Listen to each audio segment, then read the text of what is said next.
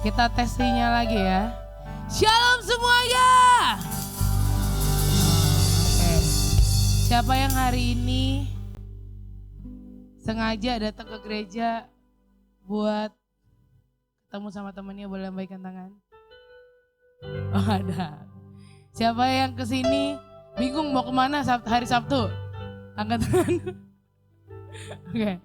Teman-teman, apapun yang kalian pikirkan hari ini, kenapa alasan kalian mau ke gereja? Tapi satu hal yang perlu kalian tahu, apapun keputusan kalian hari ini, itu semua Tuhan Tuhan pakai untuk memperbarui diri kita lebih lagi. Amin. Teman-teman, kita mau datang sama Tuhan. Bapak, terima kasih Tuhan untuk semua kebaikannya Tuhan, untuk setiap penyertaannya Tuhan dalam hidup kami, untuk setiap lawatannya Tuhan. Kami bersyukur Tuhan, kami bersyukur Bapa, punya Allah yang luar biasa seperti Engkau. Kami bersyukur seminggu ini Tuhan baik, bahkan teramat baik untuk setiap kami. Bapa, ini setiap kami Bapa, kami siap untuk datang sama Tuhan. Kami siap untuk kasih yang terbaik untuk Tuhan. Dalam nama Tuhan Yesus Kristus. Teman-teman, kita mau angkat pujian ini.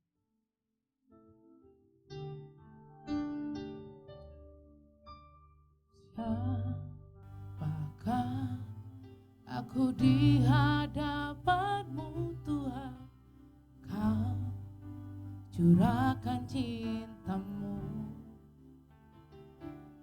Apakah artiku bagimu, cinta-Mu setia selalu.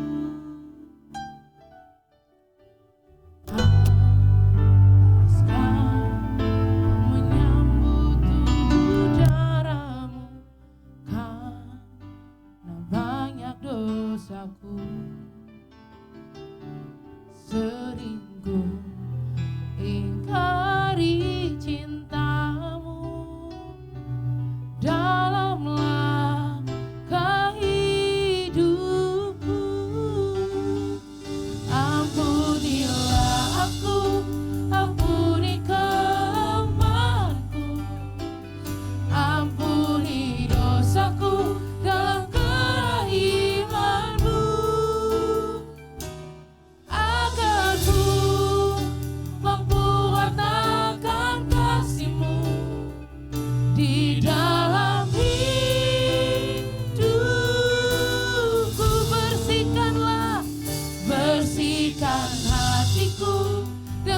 sucinya cinta-Mu, jadikan hatiku istana cinta-Mu, tempat yang layak untuk bersemayam, tubuh dan darah-Mu. Kita mau angkat pujian ini bareng-bareng, semuanya boleh bagi berdiri.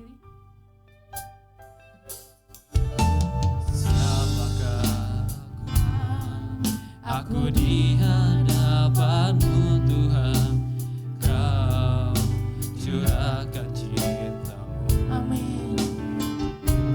Apakah hatiku bagimu, cinta-Mu setia selalu. Pantaskah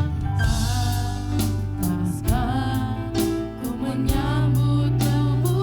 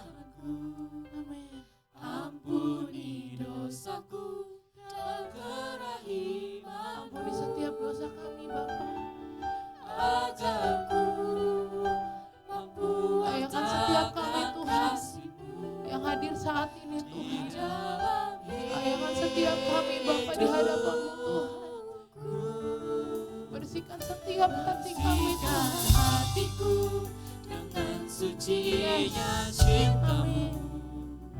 Jadikan hatiku istana cintamu, tempat yang layak untuk bersemayam. Tubuh darahmu. Sekali lagi angkat pujian lebih halus lagi. Ampunilah aku, ampuni kelemahanku. Amin. Ampuni dosaku dalam kerahiman-Mu, agar ku mampu wartakan kasih-Mu di dalam hidupku.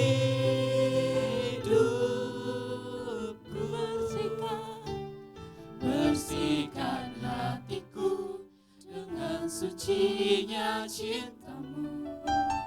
Jadikan hatiku istana cinta-Mu,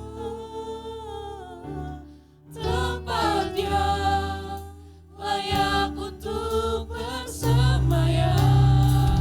Tubuh dan darah, ampuni kami, ampunilah aku, ampuni kelemahanku. Amin. Ampuni dosaku dalam kerahiman-Mu, agar ku mampu wartakan kasih-Mu di dalam hidupku. Bersihkan hatiku dengan sucinya cinta-Mu. Jadikan hatiku istana cinta-Mu, tempat yang layak untuk bersemayam. Tubuh dan darah, tempat yang layak untuk bersemayam. Tubuh dan darah, tempat yang layak untuk bersemayam. Tubuh dan darah-Mu.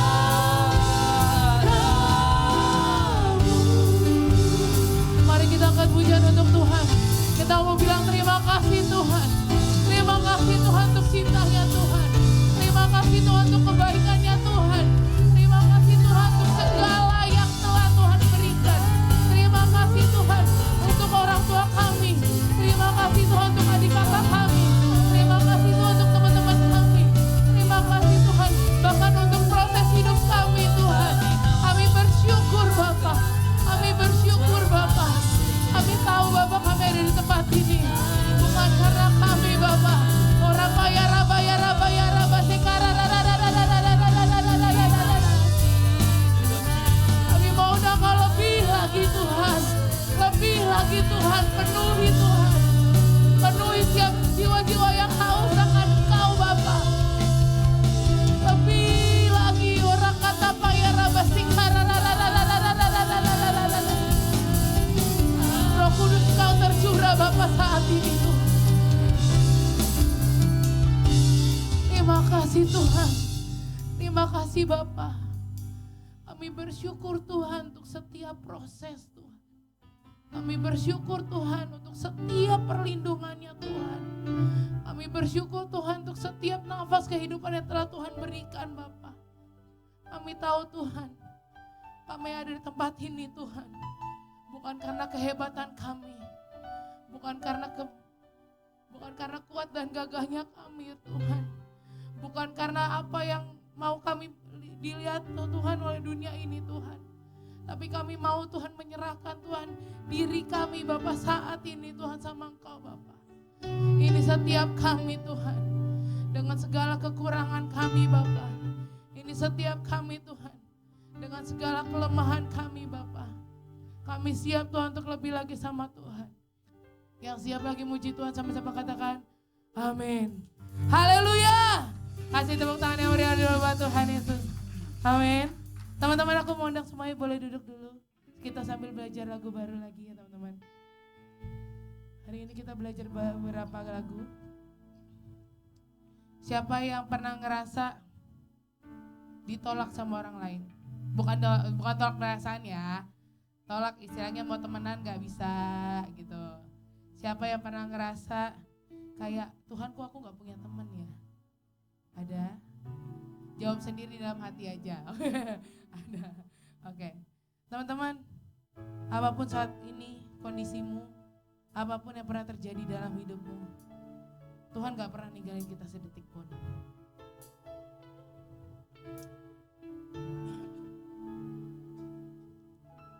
Saat ku renungkan kebaikan-Mu Tuhan, terheran ku melihat perbuatan tangan-Mu.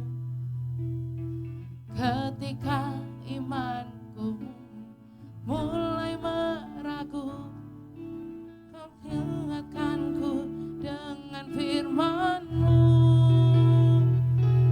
Kasih-Mu erat memelukku,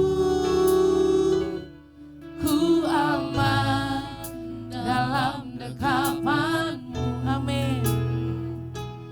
Kau bisikan di telingaku,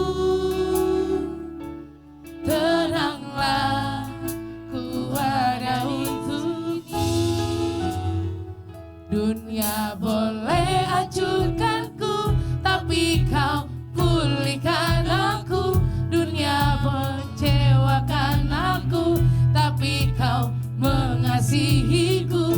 Dunia boleh menolakku, tapi Kau menerimaku. Kau segalanya bagiku. Dunia boleh hancurkanku, tapi Kau pulihkan aku.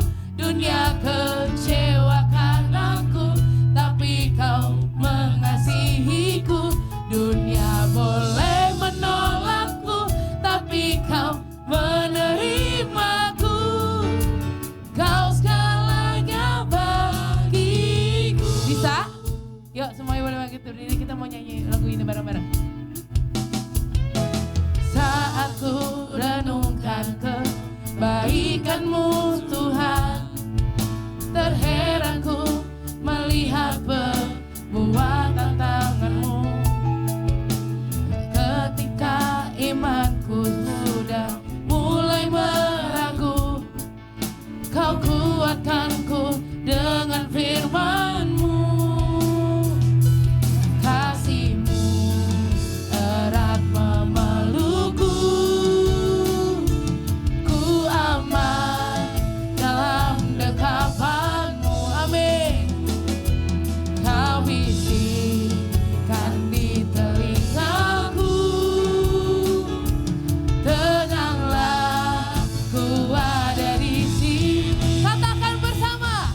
Dunia boleh hancurkanku, tapi Kau pulihkan aku. Dunia mengecewakan aku, tapi Kau mengasihiku. Dunia boleh menolakku, tapi Kau menerimaku. Kau segalanya bagiku. Dunia boleh menolakku, tapi Kau pulihkan aku. Dunia kecewakan aku, tapi Kau mengasihiku. Dunia boleh menolakku, tapi Kau menerimaku. Kau segalanya bagiku. Teman-teman aja angkat pujian ini, katakan. Dunia boleh hancurkanku, tapi Kau pulihkan aku. Dunia kecewakan aku, tapi Kau mengasihiku. Dunia boleh menolakku, tapi Kau menerimaku. Sekali lagi ya. Kau segalanya lagi sama Tuhan. Dunia boleh hancurkanku,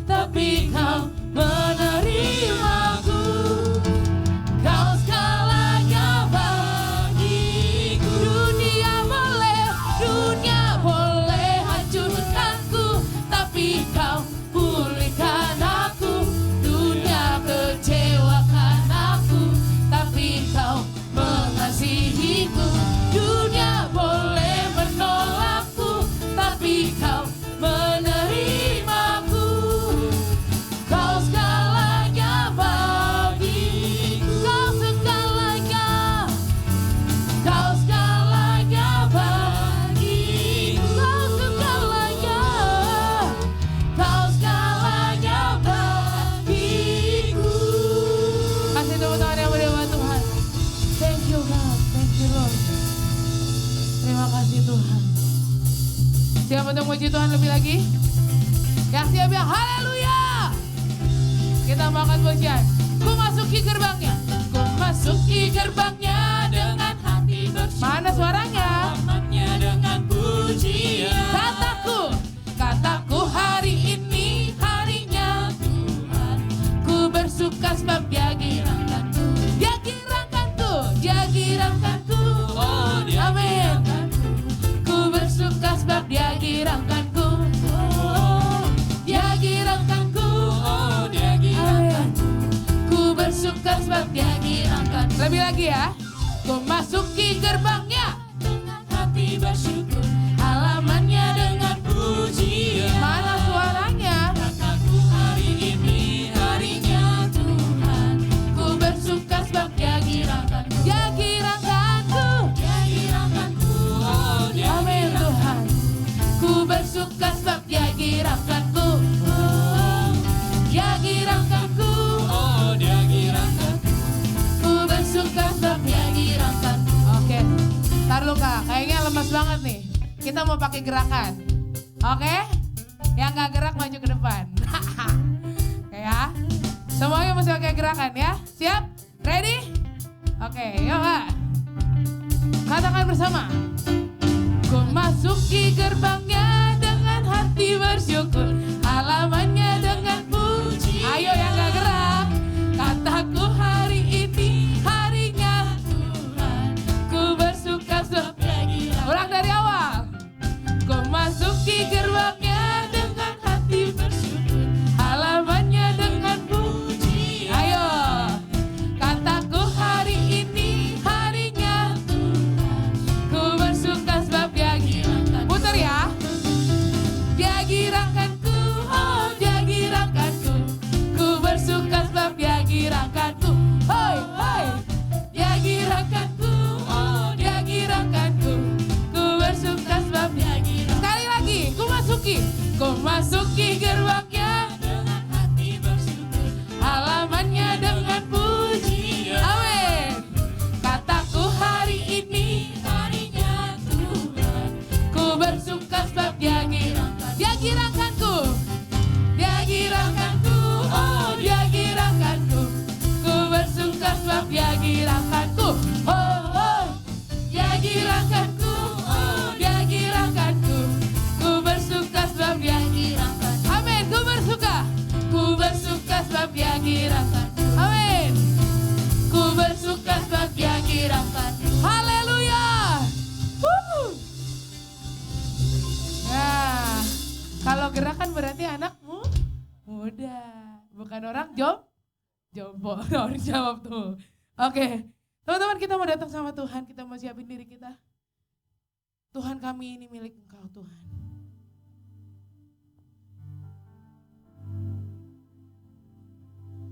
Kami bersyukur Tuhan untuk setiap rencananya Tuhan.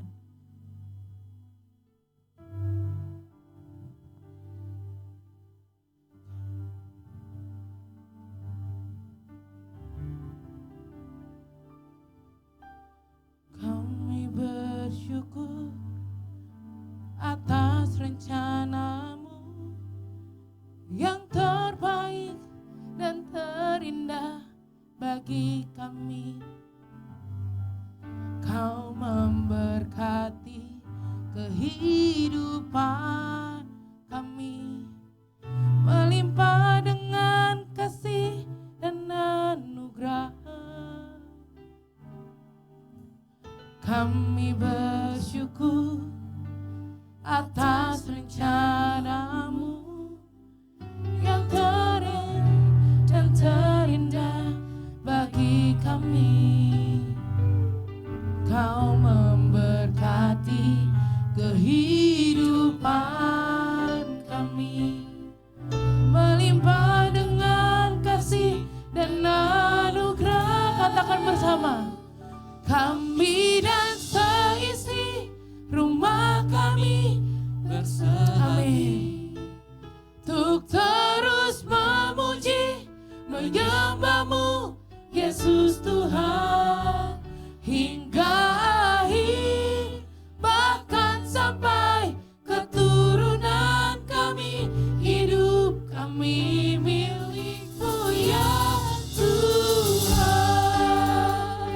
angkat pujian ini dari awal lagi teman-teman.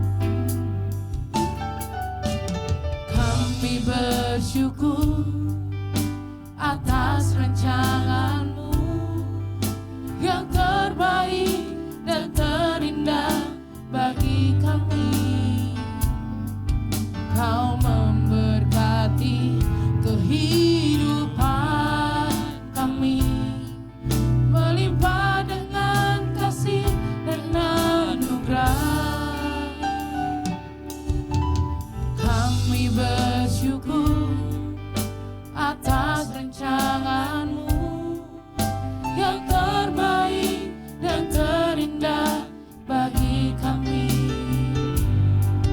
Kau memberkati kehidupan kami, melimpah dengan kasih dan anugerah.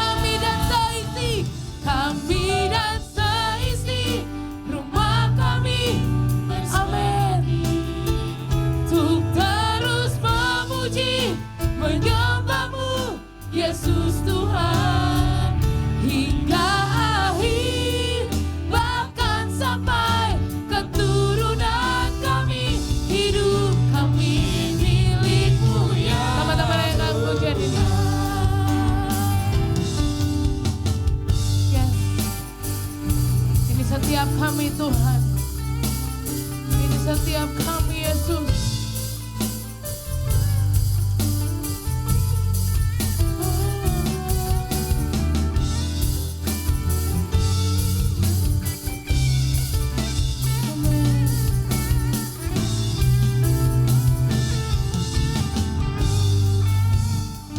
Kami dan seisi rumah kami bersehati untuk terus memuji menyembah-Mu Yesus Tuhan hingga akhir, bahkan sampai keturunan. Silakan hambanya.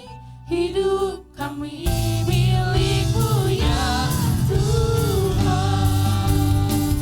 Kami dan seisi rumah kami bersehati untuk terus memuji menyembah-Mu Yesus Tuhan hingga akhir, bahkan sampai keturunan kami, hidup kami milik. Sama-sama yang percaya boleh angkat tanganmu, katakan sama-sama yuk.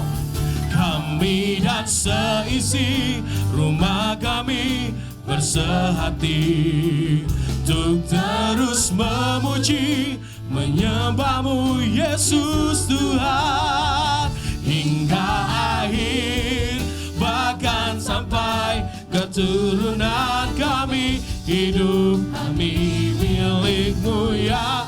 Sama-sama yang sepakat sekali katakan. Kami dan seisi rumah bersehati sama-sama sore hari ini Tuhan, untuk terus memuji menyembah-Mu Yesus Tuhan hingga akhir, bahkan sampai keturunan kami. Hidup kami milik-Mu ya. Hidup kami milik-Mu ya Tuhan. Hidup kami milik-Mu ya. Yang sepakat katakan hidup kami milik-Mu ya Tuhan. Berikan sorak-sorai yang meriah buat Tuhan. Oh Yesus. Hidup kami adalah milik Tuhan. Bahkan sama-sama kami bersehati untuk memuji menyembah Tuhan. Kami tahu bahwa ada satu rancangan yang indah yang Tuhan kerjakan di dalam hidup setiap kami. Ajar kami memahami dan mengerti setiap rancangan Tuhan di dalam kehidupan setiap kami.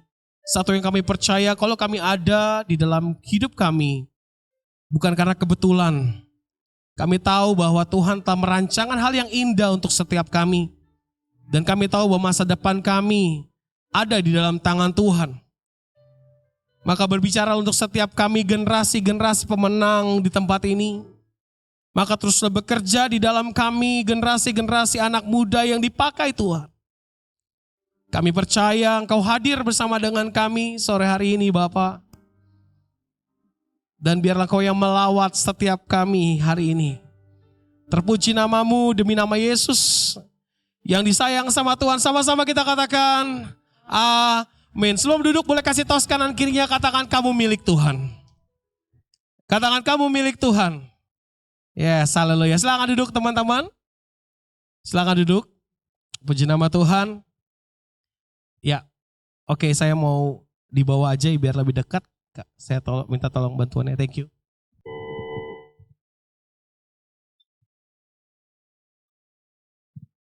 Oke, thank you Kau Berni. Thank you buat semua yang melayani sore hari. Boleh kasih tepuk tangan yang meriah buat teman-teman yang melayani? Wow, yakin ini yang terbaik dari kalian. Berikan yang lebih meriah lagi buat teman-teman yang melayani. Dan berikan tepuk tangan yang lebih meriah lagi buat kita semua sore hari ini. Yeay, shalom. Shalom. Ya, senang berjumpa dengan teman. Apa kabar semuanya? Benar luar biasa, sehat semuanya? Yang merasakan kebaikan Tuhan, amin. Yang merasakan sehat, amin. Yang gak sehat, katakan amin. Yang gak lagi oke aja, yang lagi gak baik-baik aja, katakan amin. Kok amin-amin semua? Jadi kalian posisinya di mana? Oke, coba saya ulang. Yang lagi baik-baik saja, katakan amin. Yang lagi gak baik, katakan amin. Jadi kalian yang benar yang mana? Semuanya amin loh. Saya bingung loh. Oke. Ya walaupun mungkin setiap kita keadaannya lagi gak baik-baik saja, tapi kita percaya ketika kita datang sama Tuhan, kehidupan kita akan menjadi lebih baik. Amin. Yes, haleluya. Hari ini langsung saya sudah siapkan slide. Oke teman-teman, karena kita ada tiba di bulan yang baru dan tema besar kita adalah berbicara tentang keluarga teman-teman. Siapa yang di sini kemarin datang sekitar 2 minggu yang lalu di seminar bullying? Boleh angkat tangan? Ada? 1, 2, ya puji nama Tuhan. Wow, oke. Dan sambil kita meresponi apa yang terjadi, semua yang datang diberkati? Dapat sesuatu? Puas? Buat saya kurang puas, kalau belum puas nanti tunggu episode berikutnya. Dan yang mau datang, angkat tangan, ada yang mau datang? Gak ada yang mau datang? Oke. Takut semua ya teman-teman. Oke, sekedar kita belajar teman-teman bahwa kemarin bicara tentang namanya bullying teman-teman. Tim yang luar biasa yang menyediakan seminar yang saya pikir tadinya itu hanya sebuah mimpi, tapi ternyata gereja kita berhasil, tim yang OTA dan tim misi berhasil untuk mewujudkan. Berikan tepuk tangan buat mereka semua. Dan itu sesuatu yang besar teman-teman, bahwa suka atau tidak suka kita hidup di dunia yang tidak baik-baik saja. Suka atau tidak suka kita sering sekali berhadapan yang namanya dengan abuse, entah itu verbal abuse, bullying dan lain-lain teman-teman. Nah, dan hal yang paling sering terjadi adalah itu terjadi selain di sekolah, dimanapun termasuk terjadi di keluarga teman-teman. So hari ini saya punya tema, tadi nanti temanya akan saya bahas kenapa saya punya tema keluarga gitu. Kita akan masuk dalam slide saya yang pertama teman-teman. Keluarga didesain Tuhan untuk menjadi sebuah komunitas terkecil dan inti dari hidup manusia. Keluarga adalah desain yang Tuhan buat di dunia ini menjadi sebuah komunitas terkecil dan inti dari hidup manusia. Kita tahu bahwa manusia tidak bisa hidup sendiri. Katakan amin. Bilang sama kanan kirimu, kamu gak bisa hidup sendiri. Ya, kita gak ada yang bisa hidup sendiri. Dari kecil pun kita butuh bantuan orang tua. Dari kecil kita butuh bantuan orang tua. Sampai kita besar, sekalipun se-introvertnya kalian masih butuh orang lain. Jangan, apakah mungkin ketika kalian bilang saya introvert, kalian yang setir busway sendirian, Transjakarta, gak mungkin kan? Kalian tetap butuh orang lain. Se-introvertnya kalian gak mungkin kan? Kalian ke gereja, saya yang WL, saya yang khotbah, saya yang duduk, saya yang jemaat, gak mungkin dong. Kita butuh orang lain di sekitar kita dan Tuhan desain itu semua. Dan kita akan sampai ke desain yang paling kecil, yaitu adalah tentang keluarga yang Tuhan taruh di dalam hidup setiap kita. Next slide. Suka atau tidak suka atau tidak, keluarga sangat berpengaruh dalam pembentukan karakter seseorang. Kenapa saya katakan demikian? Karena yang paling membuat karakter terbentuk adalah keluarga. Interaksi satu dengan yang lain teman-teman. Jadi apa yang terjadi dari rumah itu akan membentuk seseorang. Suka atau tidak suka, keluargamu itu berpengaruh besar dalam pembentukan karaktermu teman-teman. Dalam pembentukan sifatmu teman-teman. Itu berasal dari yang namanya keluarga. Oke, Di dalam keluarga saya mencatat ada beberapa stereotip di tempat ini. Yang pertama, siapa yang di sini adalah anak pertama? Angkat tangan. Stereotip si paling sulung. Oke. Ada yang bilang bahwa stereotip si paling sulung adalah anak yang disayang sama orang tuanya. Ada yang enggak. Kenapa saya bilang disayang sama orang tua? Begini teman-teman. Karena dia ada anak pertama. Dia mulai nggak disayang ketika ada anak yang kedua dan ketiga. Ketika dia timbul yang pertama, orang tua mungkin akan berusaha sebaik-baiknya untuk menjaga dia, untuk memberikan yang terbaik. Makanya kadang-kadang anak pertama itu digojolnya cukup keras juga. Anak yang pertama biasanya anak yang paling disayang sama orang tua karena dia anak yang baru pertama kali dia miliki dalam sebuah keluarga. Mungkin kalian sekarang ngerasa, wow kayak gue gak disayang deh sebagai anak pertama. Malah kayaknya gue kalau jalan begini nih. Beban keluarga berat banget. Makanya anak muda sekarang udah kenal namanya koyo. Jompo. Tadi kalau Kaeta bilang, jompo semua di sini, ini anak muda. Enggak, anak muda sekarang jalannya begini. Bukan pikul salib. Beban berat keluarga. Yang pertama, dia menanggung beban berat keluarga, atau yang kedua, dia beban keluarga. Karena anak pertama pasti dikasih ekspektasi yang begitu sangat tinggi sama keluarga. Yang pertama, anak pertama itu biasanya anak yang disayang. Ini beberapa stereotip yang saya dapat, saya baca research. Yang kedua, dia punya sifat kepemimpinan. Bertanggung jawab, perfeksionis, ambisius, dan percaya dirinya tinggi banget. Kira-kira ada gak anak pertama punya kepemimpinan? Karena dia biasanya mimpin, karena akhirnya dia punya adik. Dan sifat orang pertama biasanya dia anak yang bertanggung jawab. Dia perfeksionis, dia mau segala sesuatunya bagus. Dia ambisius, dia mau kejar segala sesuatunya. Dan biasanya dia percaya dirinya cukup tinggi. Karena orang tuanya biasa, ayo kamu bisa. Pertama kali, anak pertama namanya juga. Kalau mungkin hari ini anak pertama tidak dapat apa yang kau inginkan atau perlakuan yang tidak diinginkan, percayalah. Karena anak pertama, mungkin itu adalah orang tua kalian bingung gimana didik kalian. Karena namanya juga anak pertama. Pasti bingung. Kalau anak kedua lebih prepare biasanya. Anak ketiga lebih prepare lagi. Anak pertama biasanya, waduh tiba-tiba punya anak nih kan, bingung gimana nih. Wah pokoknya yang terbaik sekolah, yang terbaik semua yang terbaik. Wah dikasih yang terbaik semua. Anak pertama biasanya kayak gitu. Dan biasanya anak pertama itu merasa lebih enak karena dia gak punya saudara yang lebih tua yang biasa ngejek dia. Gak punya koko, gak punya cece. Yang biasanya menyiksa anak pertama. Ya itu gak ada. Biasanya anak pertama langsung, kayaknya berikutnya anak kedua kena siksa gua kayaknya. Terus biasanya, iya lagi. Dan biasanya orang tua sangat serius dalam mengajari anak pertama. Gak heran kalian tuh ngerasa bahwa kok gue sebagai anak pertama dididik sangat keras. Karena orang tua kalian tuh taruh ekspektasi yang tinggi sama kalian. Kalian dikasih sekolah yang terbaik. Kalau ada yang lebih tinggi daripada BPK penabur, kalian dikasih ke situ. Kalau ada yang lebih tinggi dari universitas uang papa habis UPH, kalian akan dikasih ke situ. Bahkan kalau perlu kalian akan jadi anak-anak yang ikut Clash of Champion. Bukan Clash of Clans ya. Anak pertama dididik dengan luar biasa sama orang tuanya. Bahkan orang tuanya kasih waktu paling banyak di anak pertama. Suka atau gak suka biasanya kayak gitu. Namanya juga anak pertama. Nanti kalau nikah, punya anak, baru tahu, oh iya bener ya. Ternyata anak pertama, gue kasih yang terbaik. Namanya keren-keren pokoknya. Belum lahir aja udah dipikirin nama anaknya siapa. Kalau bisa semua gabungan dari anaknya bisa namanya panjang. Anastasia. Walaupun mukanya gak sama, gak cocok sama namanya. Tapi gak apa-apa karena gak ada hukum yang melarang gitu kan. Kalau perlu pokoknya bener-bener, dikasih yang terbaik. Karena anak pertama namanya, ini stereotip si paling sulung. Sekali lagi, gak semuanya. Mungkin ada yang relate nih, ada yang gak relate juga. Tapi ini beberapa hal yang saya dapat. Oke, kita sampai yang kedua, si anak tengah. Ada anak tengah, angkat tangan. Ada anak tengah. Mat, lu anak tengah, Mat? Oke, ada ya, lumayan banyak ya. Biasanya anak tengah ini adalah anak, banyak anggapan yang mengatakan anak tengah ada anak yang paling kasihan.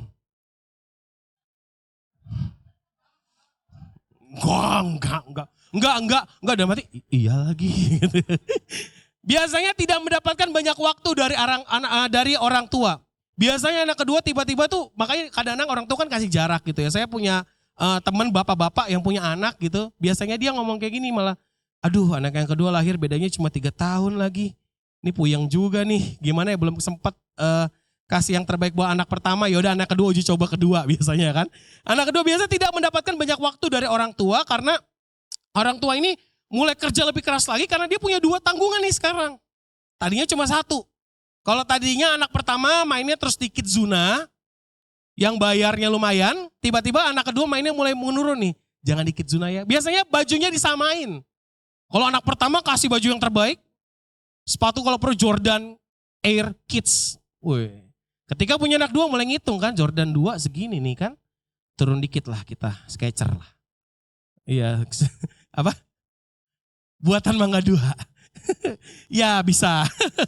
Lalu biasanya anak nomor 2 ini si paling tengah ini tidak banyak mendapatkan perlakuan khusus seperti si paling bungsu. Karena rupanya orang tua punya lagi anak ketiga.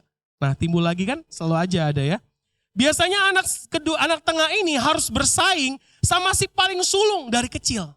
Kok kamu umur 4 bisa ngomong Inggris? Kok kamu gak bisa? Padahal tinggal ngomong Inggris. Selesai perkara. Bener kan? Kasih loh ketawanya. Biasanya si nomor 2 ini akan dipacu.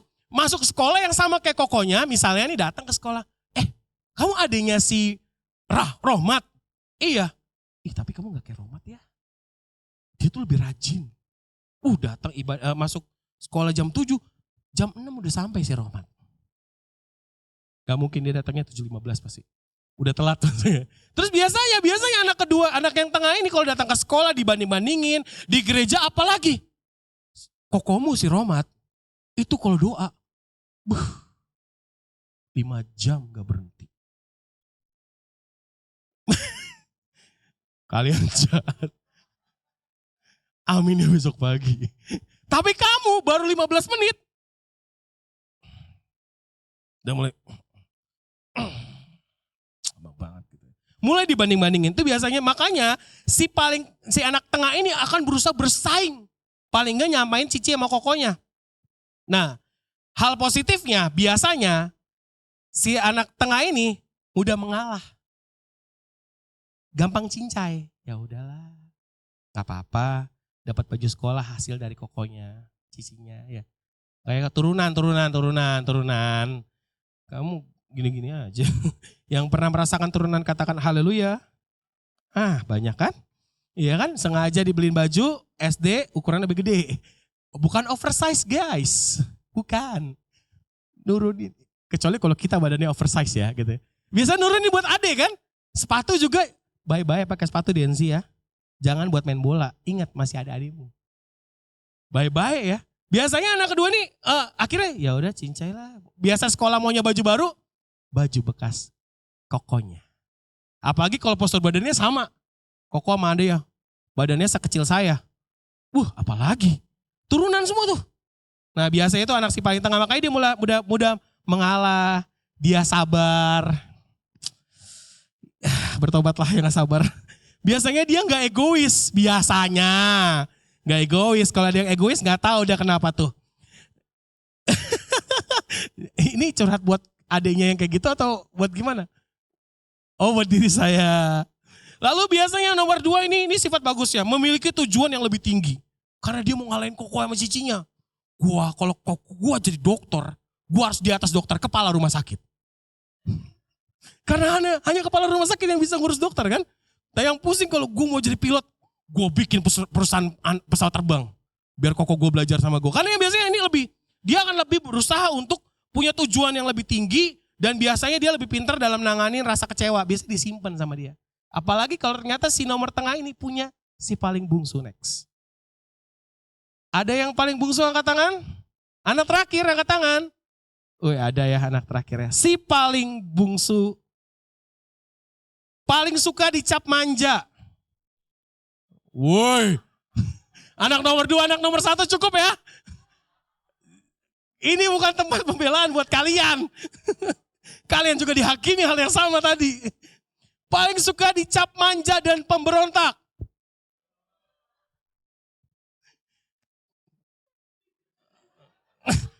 Saya mau bela kalian. Gak semua anak bungsu itu manja kok. Nah, yang manja tuh gitu. Dan gak semua anak manja itu, anak nomor kecil itu pemberontak kok. Dikit tuh bentul itu. Berarti pemberontak semua tuh. Nah biasanya mendapatkan perhatian lebih dan pembelaan dari orang tua. Ngalah dong sama adiknya. Adiknya. Walaupun adiknya yang salah, Cece.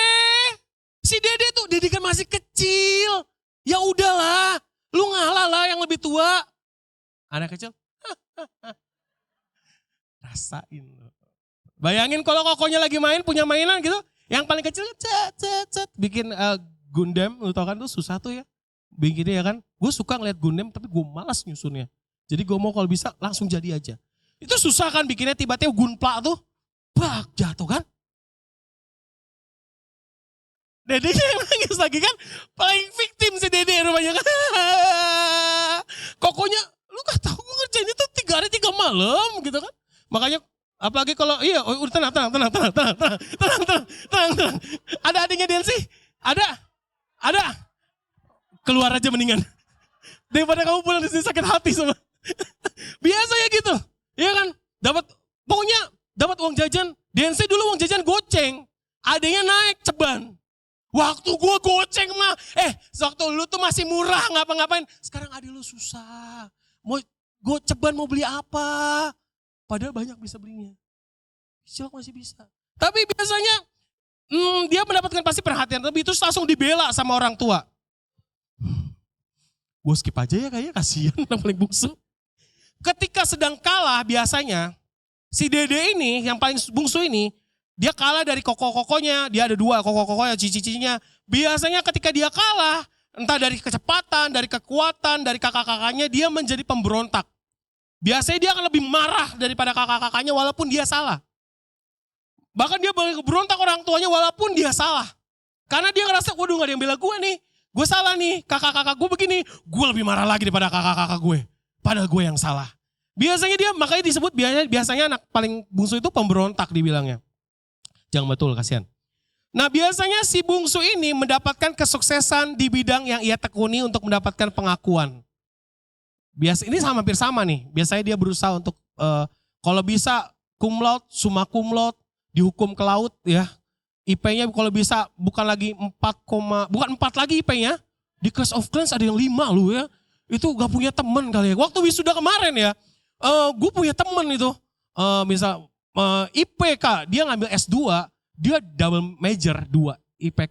IPK-nya dua-duanya 4 lu guys. Dia maju, gue bilang gini, gak punya temen pasti. Gak asik. Ya tampangnya sih gak asik sih guys gitu kan. Dia maju dengan IPK, mahasiswa terbaik dengan IPK 4. Jurusan teknik dan jurusan apa gitu, manajemen ekonomi gitu. Gue kayak ngeliat, gila. Ini tesisnya gimana ngerjainnya ini ya.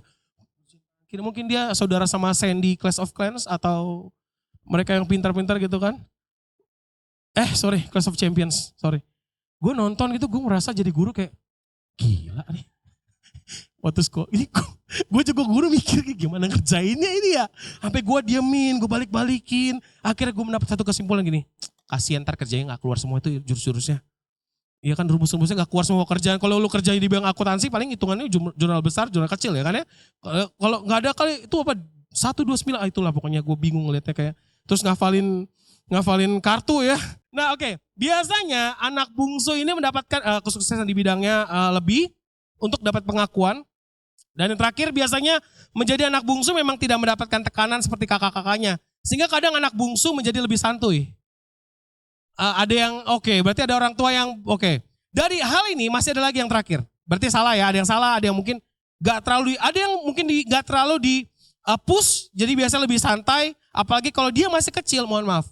Kalau dia masih kecil, rupanya dia punya penyakit. Itu lebih lagi. Itu ada algoritma baru lagi tuh teman-teman. Ada lagi tuh. Misalnya gini, kokonya, ya udah kokonya fine aja, anak 1, anak 2 fine, anak 3 waktu kecil di inkubator misalnya. Dia tuh mungkin beratnya beda gitu. Terus hampir mati harus minum obat. Itu tambah lagi tuh. Tambah lagi, excuse-nya lebih tinggi. Udahlah dia kan dulu sakit, pernah kejang-kejang. Padahal udah gede gak kejang-kejang. Waktu kecil dia kejang-kejang udah sembuh gitu. Sampai gede pun orang tua gini. Udahlah ngalah sama Koko, sama Dede. Waktu kecil Dede itu udah kejang-kejang. Kamu mah sehat-sehat aja. Kamu dilepas ke hutan, kamu masih hidup. Anak 1, anak 2. Dede asma.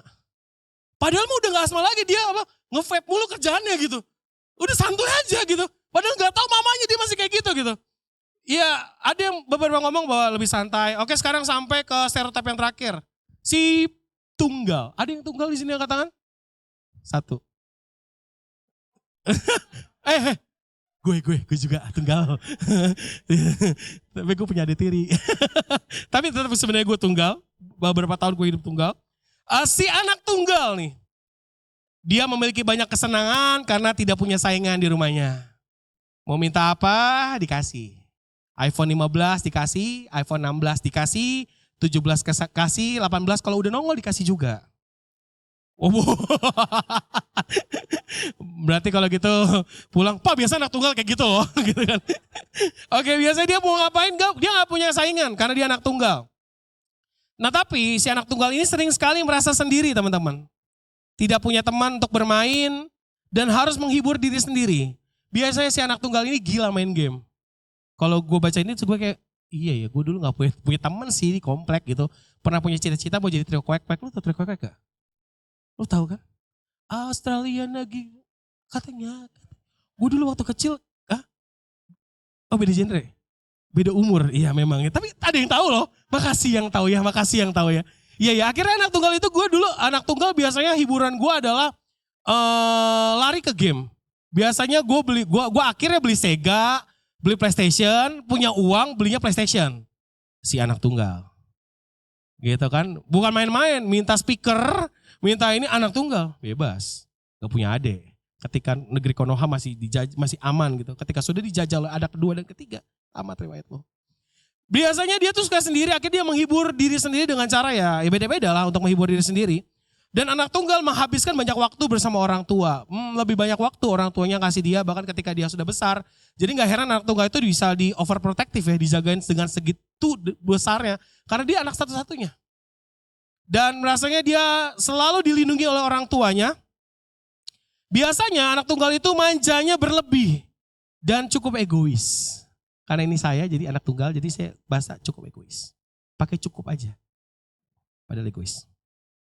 Rasa manja yang berlebih dan egois teman-teman. Oke teman-teman, ini adalah stereotip yang ada di luar sana tentang anak pertama, kedua, ketiga. Nah tapi dari ini semua bukan berarti selalu benar apa yang saya tulis di tempat ini teman-teman. Rupanya apa yang bikin berbeda? Yang berbeda adalah pola asuh orang tua pada kalian. Itu berbeda-beda. Cara asuhnya ada yang rupanya dari kecil di-push dengan luar biasa. Ada yang anak pertama udah di-push luar biasa. Ada yang di pembiaran. Ini adalah beberapa stereotip yang terjadi untuk anak tunggal, anak kedua, anak ketiga, anak pertama. Tetapi gak semuanya sama teman-teman. Tetapi satu hal, apapun yang dibentuk oleh keluarganya, itu akan menimbulkan karakter dalam anak itu. Dan karakter itulah yang akhirnya terus dibawa sampai detik ini teman-teman. Nah, next slide. Tidak sedikit anak yang akhirnya memilih keluar dari keluarga dan mencari kesenangan di luar. Karena rupanya nggak cukup setiap apa yang orang tua kalian lakukan buat kalian. Pokoknya apa yang mereka lakukan adalah salah kayaknya. Pokoknya kayaknya orang tua tuh terlalu neken gua. Gua tuh kayak terlalu ditekan sama orang tua. Ekspektasi lu papa mama terlalu tinggi sama gua. Sampai akhirnya anak-anak muda sekarang ada yang jengah. Tapi berbahagialah untuk kalian yang mungkin nggak jengah, mungkin tingkat jengahnya masih tingkat rendah. Tetapi banyak di luar sana yang akhirnya lebih milih keluar, punya cita-cita. Kalau gue lulus SMA, gue kuliah, gue mau kejar beasiswa yang pertama, which is it's good. Tetapi yang pertama gue mau kuliah di luar negeri, yang kedua gue mau jauh dari rumah.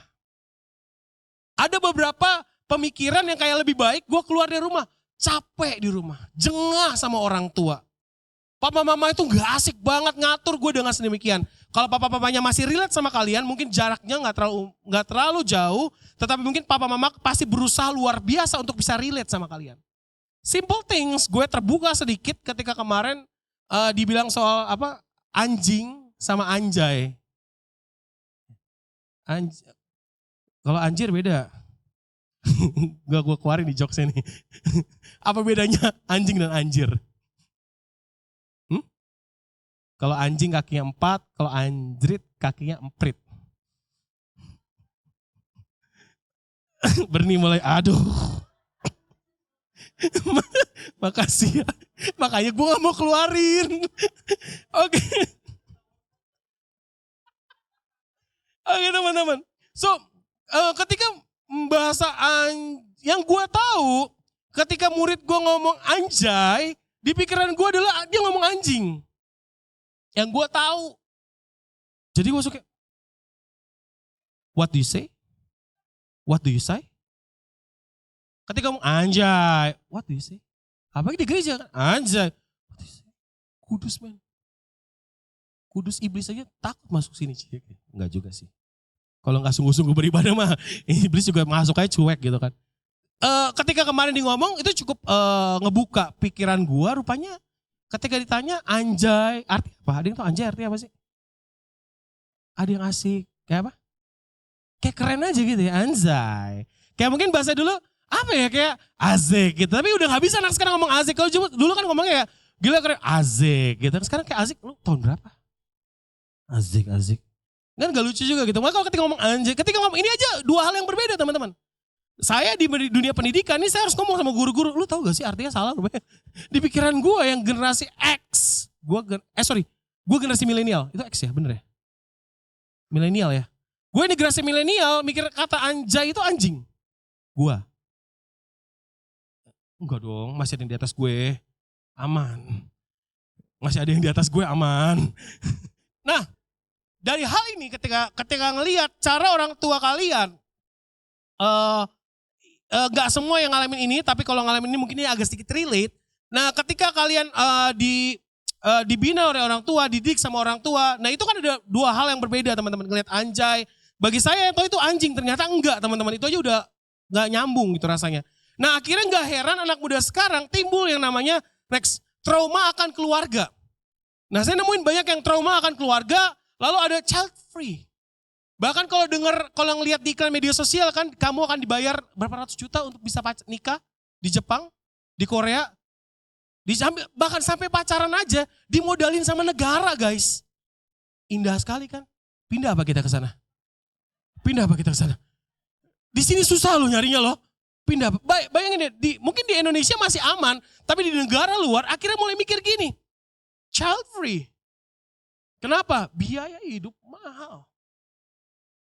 Sekolah mahal. Ketahuilah kalian yang ketawa-tawa di sini, sekolah kalian tuh mahal. Yang mahal katakan amin. Nah, ntar lu punya anak lu sekolahnya lebih mahal lagi daripada sekarang. Terus, ditakutin lagi gue gak punya anak apa gue. Di luar negeri tingkatnya itu mahal. Sekolahnya mahal, tunjangannya mahal. Kalian pikir banyak teman gue kerja di Amerika, kerjanya apa tuh? Nyuci piring gitu ya. Dari hal kecil dengan harapan dapat uang banyak, tapi rupanya di sana tuh pajaknya juga tinggi. Ada sih yang sukses, ada. Gak sedikit yang naik mobil Lamborghini gitu kan, keluar gitu. Gajinya ribuan dolar gitu kan segala macam. Tetapi banyak dari sekarang akhirnya karena orang tua, karena didikan orang tua, muncullah anak-anak muda yang mulai takut punya anak. Belum lagi cowok-cowok kalau punya pacar gitu, cewek yang mulai kayak, gue takut deh kayak melahirkan. Ada. Gak usah jawab deh. Ada yang kayak gitu karena melahirkan itu sakit banget. Ada loh, nemu yang kayak gitu. Gue gak mau aku punya anak. Anak-anak muda nih, menti-menti saya ada yang ngomong kayak, gue gak punya anak, kalau melahirkan itu sakit banget. Gue coba ngomong sekarang, ada yang gak sakit kok, tenang aja. Apa? Oh sesar masih sakit. Ada lagi, bayi tabung. Bayi toren ada, bayi toren. taruh di toren. Akhirnya sekarang anak-anak muda sekarang ada yang mikir, gue gak mau punya keluarga, pusing. Ketika gue, mungkin nikah masih gampang. Itu cuma share profit aja tuh suami istri nikah. Mulai muncul anak 1, anak 2, anak 3 mulai stres. Karena sekolah itu mahal. Gak heran akhirnya anak-anak yang dididik sama orang tua, mungkin orang tuanya mungkin bingung cara mendidik anak. Gak heran pertama trauma, ada yang muncul timbul pikiran child free. Lalu ada yang mulai mental health terganggu sama anak-anak sekarang. Gampang yang namanya broken home. Broken home itu istilah buat saya, itu kalau papa mamanya udah cerai, itu broken home. Itu buat saya. Tapi anak sekarang baru dimarahin mama papanya udah si paling broken home. Udah langsung kayak, gila gue broken home banget nih kayaknya. Tulis status gue broken home gitu.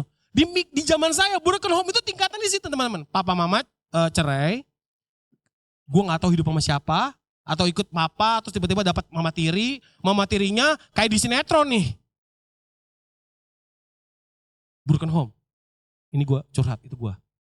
Iya, gue tingkat broken home gue tingkatnya seperti itu teman-teman. Tapi sekarang dimarahin orang tua, nggak diiketin maunya, udah langsung mikir broken home. Mulai beda degradasi. Lalu namanya abuse. Nah, anak-anak yang dididik sekarang, yang didik mungkin anak pertama, 2, 3 itu pasti di dalam rumahnya tidak sedikit yang mengalami abuse. Abuse ini kekerasan. Kekerasan ini nggak selalu tentang pukul. Anak sekarang dipukul pakai gesper, langsung mikirnya apa? Gila, abusing banget nih orang tua gue nih. Lapor ke Komnas Anak ya kan. Tapi di masa gue gitu dipukul pakai penggaris karena gue kabur dari sekolah. Santuy guys, biasa aja. Di masa gue nih, anak sekarang langsung abuse. Kemarin dengar kan ada bagian hukum langsung mikir. Apa cara hukumnya orang tua gue atau guru gue yang abusing gue ya? Beda pola pikirnya. Gimana? Ada pertanyaan kemarin yang cukup menyakitkan. Buat saya tuh mungkin ketawa lucu, tapi dia bilang gini. Gimana kalau gue dibully di sekolah, terus gue ngadu ke guru yang harus jadi orang tua gue, cuekin gue. Gak peduliin masalah gue. Apa hukuman untuk si guru? Sebagai guru, saya mikir, enak aja loh. Makanya gue bilang kan, guru juga dilindungi oleh negara. Guru boleh jewer? Ada perjanjian di awal, benar. Beda-beda teman-teman. Anak sekarang dijewer dikit, ngamuknya luar biasa. Beda banget. Gak apa-apa guys, santai guys. Saya gak menghakimi kalian. Tapi ini memang terjadi karena anak sekarang itu adalah anak-anak yang secure. Teknologi gampang diakses, gue gampang dapetin apapun.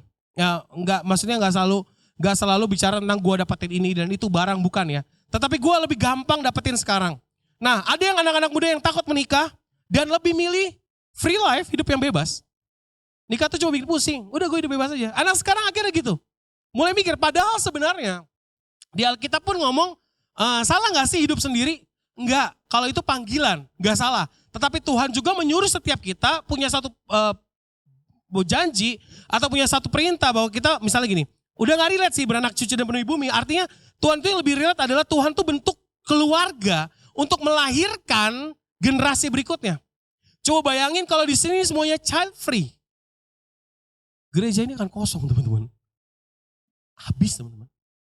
Umur terakhir saya mati, gak punya anak. Tapi kalau memang akhirnya diizinkan untuk hidup sendiri gak apa-apa. Tetapi artinya ada pola pikir, child free itu punya pola pikir banyak yang masuk sehingga akhirnya ada yang lebih milih untuk seperti ini teman-teman. Sekali lagi saya gak membatasi kalian mau apa. Tapi kalau kalian hanya karena takut, ini ada yang salah sama mental kalian dan ini ada yang salah sama apa yang kalian percayain teman-teman. Oke. Next slide. Saya pernah nulis saya dapatkan ini dari bilangan research, hanya 1 dari 4 orang muda di Kristen Indonesia yang benar-benar merasa nyaman di rumah dan menikmati keberadaannya di tengah keluarga. Ada di sini yang nyaman, gak usah jawab. Ada yang di sini gak nyaman, cukup jawab dalam hati, gue gak nyaman sih di rumah. Akhirnya gue lebih banyak pilih di luar. 1 dari 7 remaja Kristen di Indonesia merasa bahwa hubungan orang tua mereka tidak harmonis. Karena mungkin lihat papa mama sering berantem. Lihat papa mama mungkin cekcok. Cekcok tau kan artinya apa?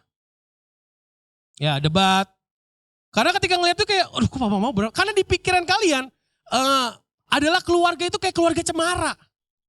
Indah banget. Abah, selamat pagi abah gitu. Kayak teteh gitu. Kayak keluarga cemara walaupun hidupnya di bawah kemiskinan. Tapi tetap enak gitu. Tetap nyanyi gitu kan keluarga cemara. Selamat pagi apa? Gak ada yang tahu. Gak usah pura-pura ini lo tahu kan lo sih. Rupanya hidup banyak di pikiran kita adalah keluarga harmonis itu yang kayak gini. Karena kita punya ekspektasi yang berbeda. Tapi kita lupa bahwa setiap orang punya kepribadian, punya kehendak. Dan akhirnya gak heran anak-anak muda sekarang yang ketika ngeliat orang tuanya mulai ngerasa mereka gak harmonis. Next slide. Bahkan 14% pernah berpikir dan pernah mencoba untuk bunuh diri. Bahkan pernah lari dari rumah. Alasan pertama yang bunuh diri adalah depresi, stres, lelah, masalah hidup, putus asa. Dan mayoritas di Jabotabek, di kota besar. Alasan kenapa mereka lari dari rumah, masalah dengan keluarga, tidak tahan dengan keluarga, sering diomelin, dimarahin, dan lain-lain. Ini adalah bilangan research yang melakukan research yang akhirnya mendapatkan merangkum hal seperti ini teman-teman.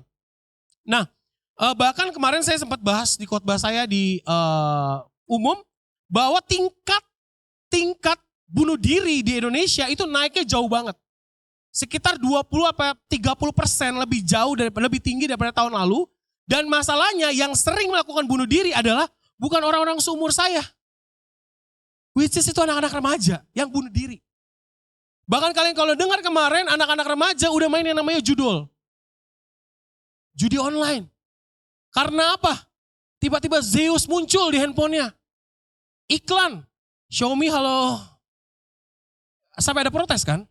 Baca kan? Akhirnya pihak beberapa kreator digital protes ke Xiaomi karena kok masukin iklan. Dan handphone Xiaomi itu murah. Gue pecinta Xiaomi sebenarnya jujur. Itu murah dan bagus buat gue. Tapi iklannya sering muncul. Nah anak-anak SD udah mulai belajar kayak gitu. Dan belum lagi hal-hal yang lain. Nah pertanyaannya adalah kayak gini teman-teman. Jika kalian di posisi mereka di rumah, ngerasa kehilangan di rumah, ngerasa gak punya padangan hidup, gak punya teladan di rumah. Jika itu kamu, kira-kira kamu mau keluar gak dari rumah? Saya simpelin pertanyaan saya kayak gini. Jika kalian yang mengalami depresi di rumah, kalian mungkin ngerasa bahwa orang tua kalian gak care sama kalian, orang tua kalian selalu compare diri kalian, orang tua tuh gak seperti ekspektasi kalian yang seharusnya dilakukan. Kira-kira kalau itu kamu yang ngalamin, kamu pilih gak sih bakal keluar dari rumah atau tetap di rumah? Jujur ya, saya milih keluar waktu itu. Waktu itu saya milih untuk keluar dari rumah. Kenapa? Karena sebagai si anak paling tunggal dan broken home, pertamanya enak dapat apa-apa. Punya PlayStation, minta Sega, minta ini saya dapat. Tapi lama-lama ketika mulai negeri api menyerang gitu kan teman-teman. Saya mulai akhirnya pilih keluar. Kenapa? Karena di rumah tuh gak nyaman banget rasanya. Dan dulu tempat saya untuk keluar, untuk bisa lebih happy, puji Tuhannya, ke gereja sih. Walaupun di gereja kabur, tetap punya teman-teman yang bandel, tetap kabing. Tetap. Minggu malaikat. Sisanya ya luar dulu. Apa kabar? Biasa di luar. Bukan luar biasa, biasa di luar. Dan akhirnya saya milih untuk tinggalin keluarga saya. Dan akhirnya saya milih untuk kayak lebih baik sendiri aja. Toh enak loh hidup sendiri. Ngalamin hidup sendiri. Ngalamin tidur di jalan. Ngalamin hidup yang gak enak. Tapi saya sadar harusnya saya gak keluar dari rumah saya. Harusnya saya ada buat orang tua. Kenapa? Ini yang mau saya bahas. Next. Satu hal yang kalian harus percaya bahwa kita baca ayat Efesus 2 ayat 10 sama-sama. Ada di layar. Kita baca 1, 2, 3. Karena buatan Allah diciptakan untuk melakukan pekerjaan baik yang dipersiapkan Allah. Saya dulu berpikir bahwa saya salah ditempatkan di keluarga saya. Kalau boleh jujur, saya lebih milih jadi anaknya Cristiano Ronaldo. Atau kalau boleh jujur, saya jadi anaknya Bill Gates. Atau kalau boleh jujur, saya jadi anaknya Raffi Ahmad, kakaknya Cipung. Atau saya jadi anaknya Arif Muhammad. Karena pikirannya adalah, kayaknya nyaman nih hidupnya. Kayaknya enak nih. Kayaknya gue salah deh. Ada gak sih yang mikir, kayaknya gue salah deh dilahirkan dari keluarga yang kayak gitu. Gak usah jawab, dalam hati aja, iya lagi. Tapi satu hal yang kalian harus tahu bahwa kita ini adalah buatan Allah, diciptakan untuk melakukan pekerjaan yang baik dan kamu ditempatkan di rumah kamu, itu bukanlah sebuah kesalahan. Karena ada satu hal yang Tuhan lagi kerjakan di hidup kamu. Hari ini kamu belum bisa ngelihat, tapi tunggu 10-20 tahun lagi. Tapi kalau dari masa muda-muda salah, akhirnya keluar dari rumah, keluar dari jalannya Tuhan, 20 tahun, 30 tahun, hidup kamu belum tentu jadi orang yang benar. Bisa-bisa tambah hancur. Saya mau katakan teman-teman, next slide. Kita ada bukan karena sebuah kesalahan. Bilang sama kanan kirimu, kamu ada. Bukan karena kesalahan. Toel sama belakang, lu bukan kesalahan bro. Lu bukan kesalahan sis. Yang cowok ya bro ya, jangan cowok kasar. Sis, iya tahu aja ye. Gitu enggak. Ya tolong bedain gitu kan. Karena sis sama bro sekarang banyak gitu kan. Iya kan. Dan katakan sama-sama kamu adalah gen pemenang. Bilang sama kali kiri kamu gen pemenang. Iya, bukan gen halilintar. Enggak. Kamu adalah gen pemenang. Kenapa? Kalau kalian belajar IPA, biologi, ketika orang tua kalian itu dalam proses bersetubuh, proses ini nggak usah pikir aneh-aneh, ini biasa aja sebenarnya. Lalu akhirnya sperma untuk sampai ke dalam indung telur, itu sperma yang keluar jutaan. Benar? Dan cuma satu yang masuk, yang jadi. Dan satu itu kamu. Gak usah tepuk tangan. Lu doang sendirian tepuk tangan. Waktu gua nonton catatan harian mertua gila Raditya Dika. Ada yang nonton? Gak asik. Si cowok ini udah nikah, gak punya anak guys. Padahal mamanya biasalah, mama Batak. Ya kan? Ya biasa kan, lu gak buat Batak aja, Cina juga kayak gue juga sama. Gitu, belum punya anak lu, udah nikah 2 tahun lu, kurang keren kayaknya, kurang ilmu kayaknya ya kan. 3 tahun, 4 tahun, akhirnya ketika dia ke dokter, dan mamanya ikut ke dokter juga, dokter kandungan, dokter untuk periksa kesuburan. Iya, inang-inang itu ikut ya. Itu sih tentang keluarga Batak teman-teman. Waktu ikut ke situ dokternya bilang gini, gak ada yang salah sama kesuburan istrimu. Tapi masalahnya sama suami, si Raditya Dika. Karena, ini lucu banget, spermanya itu kurang pandai berenang. Lo tau gak mamanya bilang apa? Istrinya misal namanya Tiara ya. Tiara, ajar itu si Monang pulang kerja, latihan berenang. Jadi biar spermanya rajin berenang gitu maksudnya. Itu konyol banget gitu kan. Tapi dari hal ini ada artinya ketika segitu butuhnya, segitu perlunya, segitu perjuangannya, sel sperma ini sampai ke indung telur dan akhirnya yang berhasil itu jadi kalian. Jadi boleh saya katakan, bisa gak kalian gagal? Bisa aja. Tapi hanya kalian yang jadi manusia sekarang ini adalah, saya bilang bahwa kalian gen pemenang. Dari lahir aja, gen kalian udah gen pemenang. Bilang saya gen pemenang. Dan dari lahir aja kalian tuh udah gen pemenang, kalian jadi manusia. Itu udah artinya kalian tuh berhasil mengalahkan jutaan yang gak pandai berenang itu.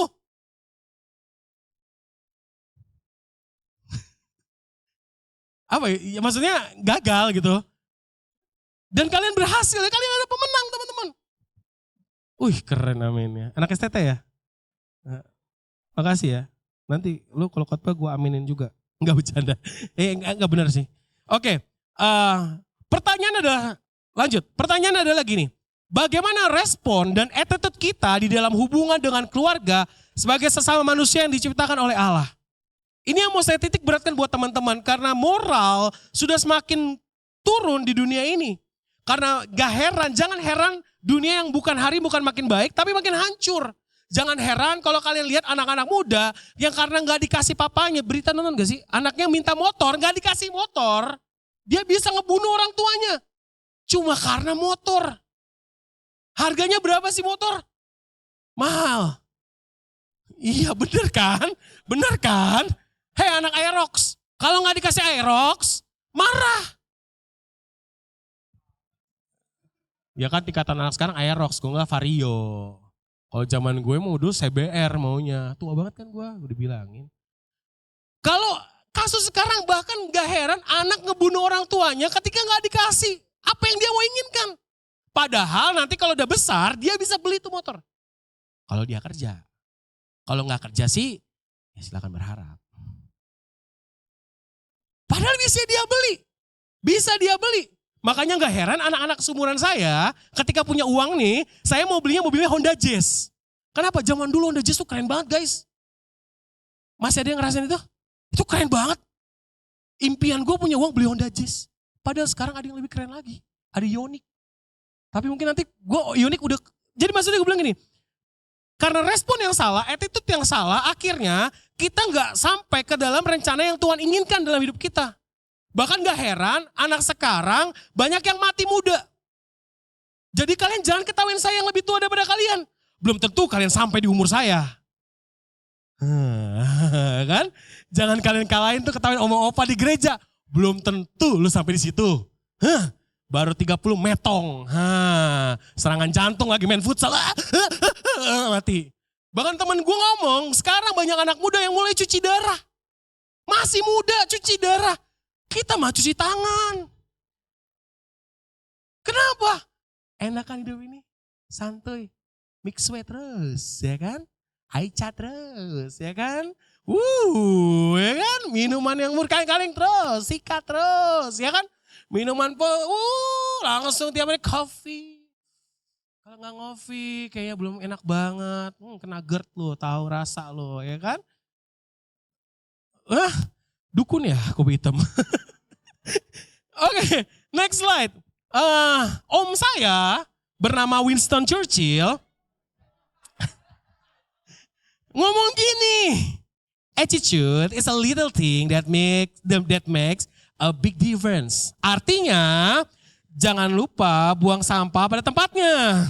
Artinya sebuah attitude perbuatan moral dari hal kecil dapat membuat menjadi besar, menghasilkan efek yang lebih besar. Ketika orang ini sopan, jadi anak yang sopan, turut sama orang tua, itu ada sesuatu difference yang akan terjadi dalam hidupnya dia. Itu berasal dari satu hal kecil itu yang bernama moral, yang bernama attitude. Katakan attitude. Lagi attitude. Anak sekarang gak punya attitude. Banyak banget, benar kan? Yang enggak itu pura-pura. Iya. Karena apa? Santai sekarang. Dan akhirnya yang namanya attitude yang sebenarnya kelihatannya kecil itu masih dibutuhkan sampai detik ini. Dan gimana sih rasanya kalian kalau jadi orang gak dihargain sama orang? Mau gak? Gak mau kan? Gak mau kan? Pasti gak ada yang mau di sini semuanya gak dihargain. Maunya semuanya di sini dihargain. Benar? Harganya berapa? Tak terhingga karena kita ditebus dengan darah Yesus. Katakan, berikan tepuk tangan yang meriah. Oh yes. Tapi hari ini saya dibikin malu sama Eta. Tak, itu lagunya semua lagu apaan tak? Lagu baru ya tak? Gue kayak, enak sih ini lagunya apa gitu. Iya enak, thank you Eta ya. Sering-sering bikin saya bingung. Oke, kita masuk dalam firman Tuhan karena nanti bisa dimarahin Pak Gembala karena gak ada firman Tuhannya. Kita buka di Efesus 6 ayat 1-3 teman-teman. Besok Pak Gembala ngomong, Daniel jangan khotbah lagi di youth karena kamu bercanda mulu kerjanya. Oke, Efesus 6 ayat 1-3. Gak apa-apa ya saya bercanda dikit ya? Atau maunya serius? Efesus 6 ayat 1-3, mari sama-sama kita buka firman Tuhan. Saya baca ayat 1, teman-teman kedua. Nanti ketiga kita bersama-sama yang percaya katakan amin.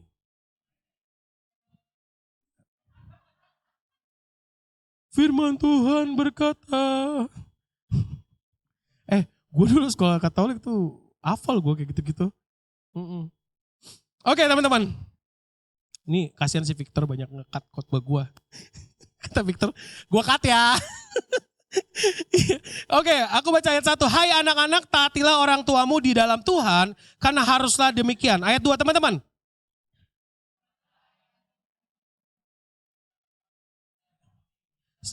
Nyata dari janji ini. Oke, 1, 2, 3.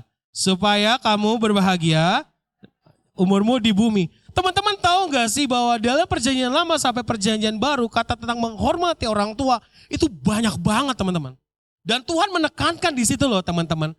Nah di firman Tuhan ini ngomong ini, hai anak-anak taatilah orang tuamu di dalam Tuhan, karena haruslah demikian kata Paulus. Lawanlah ayahmu dan ibumu, ini adalah suatu perintah yang penting. Benar gak? Hormatilah ayahmu dan ibumu, ini adalah suatu perintah yang katakan penting. Seperti yang nyata dari janji ini. Supaya kamu dan kalau kalian kerja yang ngelawan orang tua, jangan berharap hidup kalian akan bahagia. Mungkin sekarang kalian bahagia, nanti pas kalian jadi orang tua, anak kalian akan ngikutin apa yang kalian lakukan. Banyak, saya adalah termasuk orang yang berpikir kayak gini, saya gak mau kayak papa saya. Saya gak mau kayak papa saya. Tapi akhirnya ketika saya mulai berpikir kayak gitu, nanti saya akan seperti dengan papa saya. Karena secara nggak langsung ketika saya udah mikir saya nggak mau kayak mama saya, artinya itu saya udah benci sama mereka. Dan apa yang saya katakan itu nanti pasti biasanya akan saya lakukan. Kenapa verbal abuse itu bullying? Saya tulis jurnal itu di kolom otak supaya dibaca sama orang-orang di gereja. Kenapa? Sadar atau enggak, ketika kalian mulai salah meresponi hati kalian hari ini, ketika kalian jadi keluarga, kalian punya anak, kalian akan melakukan hal yang sama seperti yang orang tuamu lakukan buat kamu. Karena rupanya memori kalian udah nangkep apa yang orang tua melakukan. Dan kalian akan cenderung melakukan hal yang sama kepada apa yang kalian benci. Makanya firman Tuhan ngomong gini, taatilah orang tuamu. Tapi kok orang tua seperti inikah yang saya harus taati? Apakah orang tua yang kayak gini saya harus hormati? Kalau kayak gini mah bisa kok. Respect dalam hati susah kok. Apakah orang tua yang kayak gini yang saya harus hormati kata firman Tuhan? Iya. Hormati mereka sekalipun kayaknya bagi kalian mereka gak layak dihormatin. Mulai bingung kan. Susah banget lagi. Salah nih gue ke gereja. Besok-besok kalau tema keluarga jangan datang ke Kodaniel. Karena untuk bisa menghormati orang tua itu susah. Benar? Tutup mata kalian. Yang susah, angkat. Yang bilang ini susah, angkat tangan. Oke, tutup. Turun tangan kalian, buka mata. Banyak sih. Susah. Susah banget kalau orang tuanya baik. Enak. Iya gak sih? Minta ini dikasih. Kalau enggak, minta mata lu di mana? Kerja lu cari uang. Papa, tulang, sampai papa banting-banting. Banting tulang dibanting-banting. Kaki jadi kepala di kaki. Kamu mau enak-enaknya minta iPhone? Aca. Kayak gini gue harus orang tua. Harus hormatin kayak begini. Susah banget teman-teman. Tapi ini perintah Tuhan. Ini masalahnya. Kalau gitu gue gak usah ke gereja aja ya. Udah gak bener, tambah gak ke gereja. Mantap deh. Kalau denger nih hari ini berat, langsung doa sama Tuhan, Roh Kudus. Susah nih ngampunin papa. Apalagi mama. Kalau ngomong itu kecepatannya 160 km per jam. Itu saya di bawah. Ingat loh, mama dulu susah besarin lu. Yang beliin susu buat lu. Yang kasih lu makan, kasih lu minum. Jawaban gue cuma satu, emang gue minta lu lahirin. Itu jawaban yang kalian sering keluarkan kan, kalau kalian dituduh sama mama. Lu lahirin gue, tapi sekarang lu giniin gue. Gue ngalamin kayak gitu teman-teman. Itu, bahkan mama saya ngomong ini, dasar monyet lu. Gue jawab dengan yakin dan percaya. Kalau saya monyet mama apa? Serius lu ketawa sekarang, gue nangis waktu itu ngomongnya. Habis itu gue minta ampun sama mama gue. Serius gue ngomong gitu. Setan lu. Kalau gue setan lu apa ma? Serius gue ngomong kayak gitu teman-teman. Iya sama. Gue ngomong ini bukan ceritaan aib, bukan. Gue ngalamin hal kayak gini karena gue sadar teman-teman itu hal yang salah. Dan hari ini teman-teman firman Tuhan ngomong, taatilah orang tuamu. Kenapa? Apa sih yang ngomong tentang hormat? Apa sih arti hormat? Next. Di slide saya. Saya tulis kayak gini, apa sih arti hormat? Bukan kalau ada papa hormat. Apa? Bukan, Sapa mengakuin itu lebih baik daripada kalian teman-teman. Arti menghormati adalah menghormati orang tua juga berarti kesediaan merawat dan memperhatikan kehidupan mereka pada masa tua. Nonton Netflix? Ada satu buatannya Joko Anwar. Apa sih artinya? Gue nggak tahu lah film yang pertama. Dia suami istri punya anak satu. Anaknya ini masih belum bisa ngomong. Mamanya punya penyakit lupa ingatan. Bukan lupa ingatan. Alzheimer. Ada yang tahu filmnya? Ada yang tahu? Waktu dia gendong anaknya dibawa ke rumah susun kan, dia tinggal rumah susun, di lantai atas ditaruh anaknya di atas kursi gitu ya. Mamanya namanya juga pelupa, abis itu mamanya pergi ninggalin. Namanya si anak balita ngelihat ada burung terbang, dia mau begini-gini nih. Mau ngambil burung terbang itu mau diambil, sampai akhirnya mamanya nyari orang tuanya hampir jatuh dan akhirnya dipegang kakinya sama papanya. Karena saking keselnya sama orang tuanya mamanya yang udah Alzheimer ini, mamanya ditaruh ke satu panti asuhan yang kelihatannya bagus banget. Karena bapaknya, kan suaminya ini supir taksi teman-teman. Dia suka nganter perawat. Dan di situ artinya ada kejadian aneh, namanya juga film ya. Di mana di situ pokoknya nonton sendiri, spoiler jadi gue. Nah di film itu artinya waktu sebelum taruh kamu yakin mau taruh ibumu di sini? Yakin. Tempatnya bagus banget. Teman-teman, panti asuhan, rumah jompo zaman sekarang bagus-bagus. Keren banget, AC. Kalian pikir orang tua kalian senang tinggal di situ?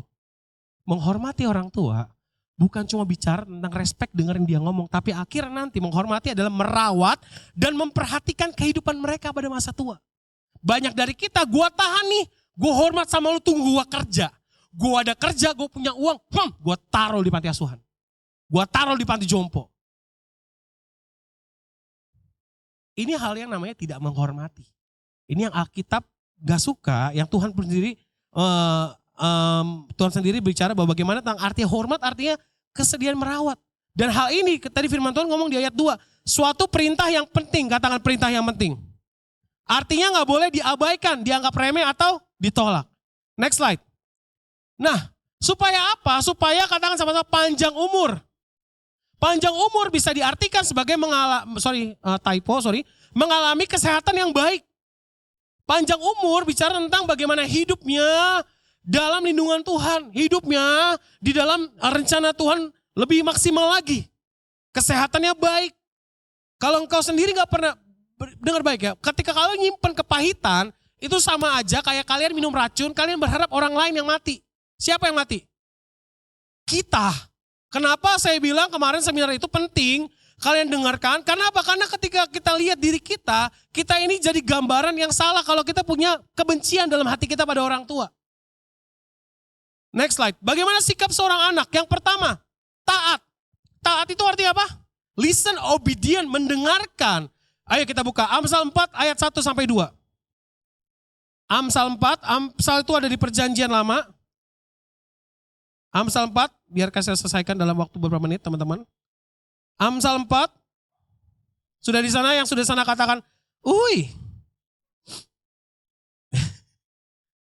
Oh ya, udah di depan ya. Oke, ayat 1 sampai ayat 2. Oke, sama-sama baca ya. 3, 2, 1. Dengarkanlah, hai anak-anak, didikan seorang ayah. Dan perhatikanlah, engkau beroleh pengertian. Karena aku memberikan ilmu yang baik kepadamu, janganlah meninggalkan petunjukku. Firman Tuhan sendiri dengan jelas ngomong, hai anak-anak, dengar orang tua, dengar didikan mereka. Kenapa? Karena ketaatan merupakan manifestasi ketaatan kepada Tuhan. Bohong kalau kalian taat sama orang tua, bohong kalau kalian taat sama Tuhan, tapi kalian gak taat sama orang tua, itu bohong teman-teman. Itu bohong. Itu namanya munafik. Kalau ngomong bohong namanya kalau dalam orang tua aja kamu gak bisa patuh, gimana kamu sama Tuhan yang gak kelihatan. Yang kelihatan aja kalian gak bisa patuh. Next slide. Ketaatan anak kepada orang tua membentuk suatu relasi yang namanya submission atau penundukan diri. Jadi gak heran orang-orang yang suka berontak, biasanya kerja pun dia gak berontak sama pimpinannya. Karena dia punya kepahitan. Di sekolah pun dia akan rebel banget. Guru pun gak dia denger. Sampai orang tua dia ngomong gini sama saya, sir tolong dong bilangin anak saya supaya dia stop main gadget malam-malam. Lah emang saya bapaknya? Lah di rumah jam 9 ya kali gue muncul. Bu, misi bu, saya mau ngingetin anak saya bu, murid saya, tolong ya jangan lupa gadgetnya tutup. Enggak dong. Bahkan sampai orang tuanya minta tolong sama saya. Di sini saya menangkap guru lebih didengerin daripada orang tua sendiri. Serius, itu benar teman-teman. Kenapa? Karena anak sekarang gak mau nunduk sama orang tua, gak mau submit sama orang tua. Kayak ngomongin, lu ngomong aja dulu sekarang. Ntar lu lihat, ntar gue bejek lu ya. Kalau udah tua gue selengkat lu jatuh. Apalagi kayak gitu. Next slide. Ketaatan kepada orang tua merupakan relasi figuratif yang ditunjukkan oleh Yesus. Yesus waktu datang ke dalam dunia untuk ngapain? Untuk menebus. Dengan cara gimana? Menyerahkan nyawanya untuk mati. Kira-kira kalau kalian jadi Yesus, kalian mau kayak gitu? Gue mati. Buat, gue lupa nama lu siapa? Oh iya, gue mati buat Jisrael.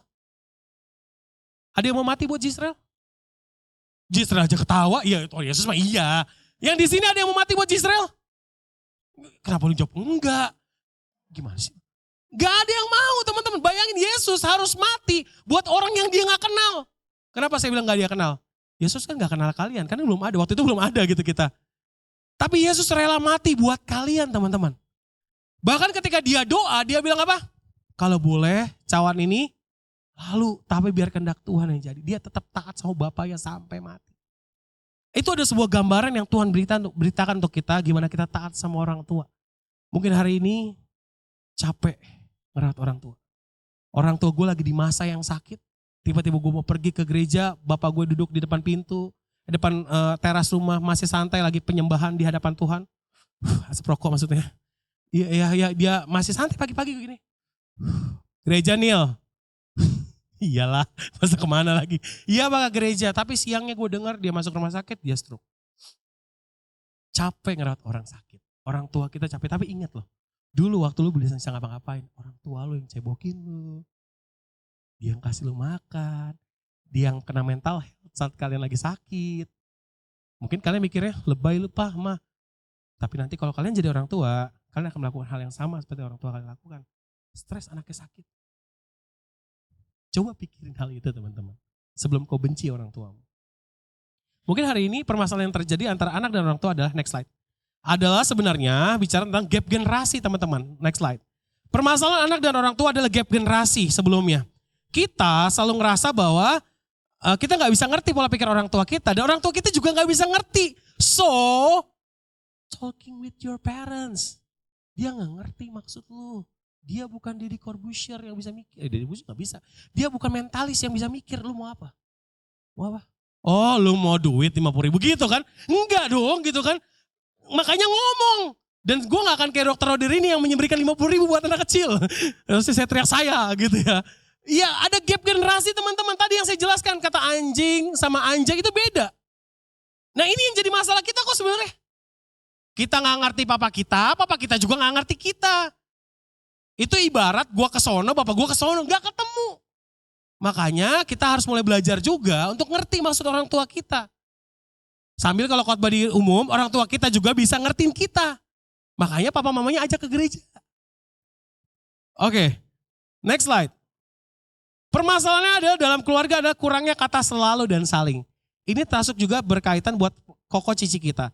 Seringkali kita kurang kata selalu memaafkan, selalu memahami. Yang kita pikirnya gue yang paling benar, gue yang paling penting. Tapi dalam keluarga itu yang penting yang namanya selalu dan saling. Oke, kenapa? Karena firman Tuhan ngomong, next slide, Matius 22 ayat 39 ngomong gini. Dan hukum yang kedua yang sama dengan itu ialah apa? Seperti kasihilah sesamamu manusia seperti siapa sesama manusia itu? Orang tua kita, koko kita, cici kita, dedek kita. Keluarga kita yang mungkin jauh yang Tuhan tempatkan di rumah. Mereka orang yang harus kita kasihi juga. Kalau kalian pingin, bisa gini, kasihlah seperti kau mengasihi dirimu sendiri. Kau pasti mau dong melakukan yang terbaik. Kalau kau punya sesuatu, kalian mau dapat yang terbaik buat kalian dong. Iya dong. Kalian terima yang terbaik, orang tua kalian terima yang terbaik gak dari kalian? Belum. Ada sebuah quotes yang ngomong gini. Satu orang ibu bisa menghidupi 10 orang anak. Tapi 10 orang anak belum tentu bisa menghidupi satu orang. Ngerti gak arti? Satu ibu bisa, mau anak kalian 12, mau kalian 12 bersaudara, mama kalian bisa dirikan. Tapi kalian belum tentu bisa ngerawat satu ibu. Kenapa? Kalian udah terlalu banyak yang luka. Oke. Next slide. Jika ini adalah slide terakhir saya, teman-teman, saya undang pemusik, silakan maju ke depan. Jika saat ini kamu memikirkan untuk keluar dari keluarga, mari bicarakan hal itu bersama-sama dengan kami. Siapa kami di sini? Kami di sini adalah kita semua yang ada. Siapa aja? Ada Koberni, ada youth leader sini, ada Korohmat. Jadi pastikan sebelum kalian keluar dari rumah, kalian lagi stres di rumah, jangan takut, jangan bimbang untuk ngomong, cerita. Kenapa? Kalau kalian salah cerita sama orang akan mikir, yaudah keluar aja dari rumah, ribet banget hidup lo. Tapi kita berusaha untuk menjaga kalian supaya kalian tetap tinggal di keluarga. Bahkan walaupun kalian tinggal di sana, bagaimana kalian tetap tidak sakit hati. Kalaupun hari ini kalian sakit hati, oke, sebagai manusia kalian sakit hati. Tapi kalian perlu Roh Kudus, Tuhan yang akan memulihkan hati kalian teman-teman. So, hari ini teman-teman, kalau kalian mulai merasa mau keluar dari rumah, jangan keluar. Karena Tuhan punya satu yang indah buat kalian. Tuhan gak pernah salah naruh kalian. Tuhan gak pernah keliru naruh kalian. Tuhan sayang sama kalian. Kalian gak sendirian. Kita adalah keluarga juga di tempat ini. Di sini kita punya berbagai macam orang tua yang mendidik kita masing-masing. Kenapa perlunya berkomunitas? Ketika kalian cerita, kalian pasti akan tahu, oh ternyata dia juga melakukan hal yang sama. Dan dia bisa bebas, dia bisa lepas. Untuk bisa mengampuni orang tua, teman-teman, papa mama saya butuh waktu belasan tahun untuk bisa ngampunin mereka. So, hari ini teman-teman, Roh Kudus yang memberikan kalian kemauan. Kalian adalah orang-orang pemenang. Amin. Teman-teman sudah dapat perjamuan kudus? Oke, sambil perjamuan dijalankan, boleh. Sama-sama yang sudah terima perjamuan kudus, kita mau siapkan hati kita.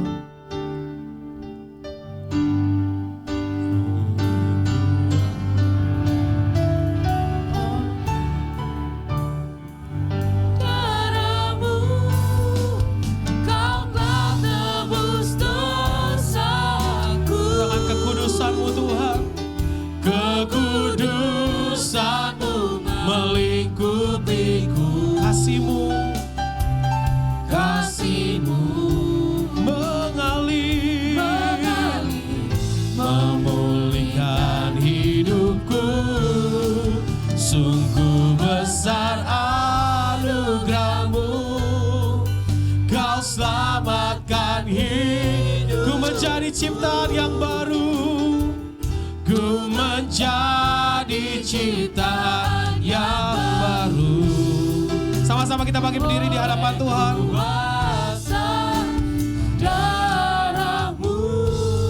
Teman-teman, kita mau siapkan hati kita untuk masuk dalam tubuh dan darah Tuhan Yesus, sakramen perjamuan kudus. Boleh sama-sama kita siapkan hosti di tangan kananmu. Sebab apa yang telah kuteruskan kepadamu telah aku terima dari Tuhan, yaitu bahwa Tuhan Yesus pada malam waktu ia diserahkan, ia mengambil roti dan sesudah itu ia mengucap syukur atasnya. Ia memecah-mecahkannya dan berkata, inilah tubuhku yang diserahkan bagi kamu. Perbuatlah ini menjadi peringatan akan aku. Bukankah hosti yang kau angkat dengan tangan kananmu dengan sikap menghormati di hadapan Tuhan merupakan persekutuan dengan tubuh Kristus yang percaya? Katakan amin. Mari kita makan sama-sama dalam nama Yesus. Inilah tubuh Kristus.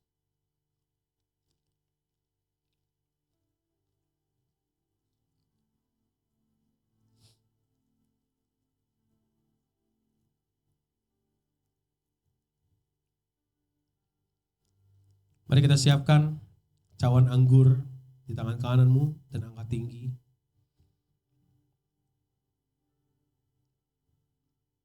Demikian juga ia mengambil cawan sesudah makan.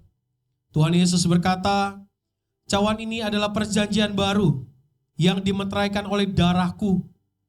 Perbuatlah ini setiap kali kamu meminumnya menjadi peringatan akan aku.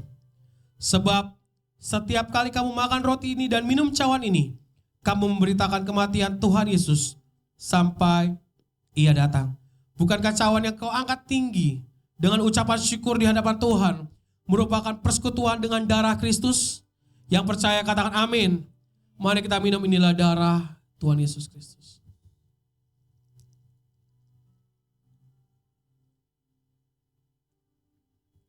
Mari kita mengucap syukur di hadapan Tuhan.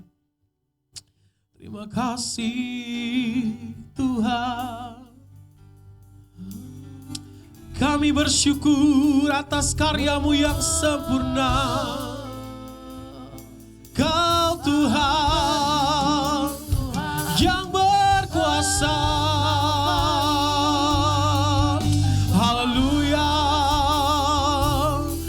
Haleluya. Mengucap syukur di hadapan Tuhan. Kami sembah, kami puji Kau Tuhan.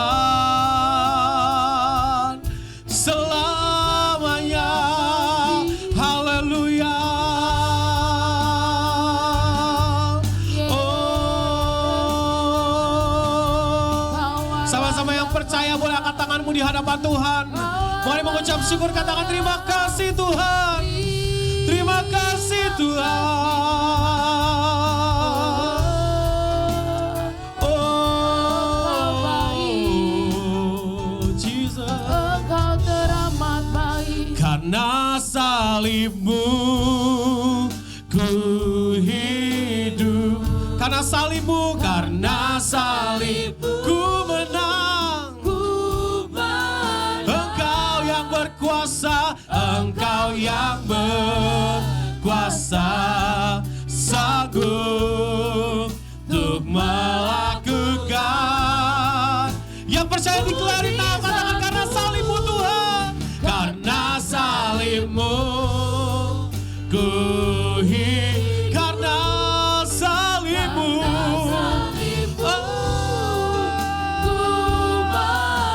Kau yang berkuasa.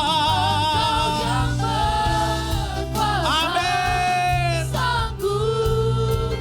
Untuk melakukan mujizatmu. Tetap angkat tanganmu tinggi di hadapan Tuhan.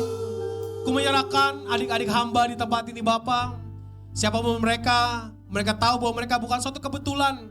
Karena mereka telah ditebus oleh darah Tuhan.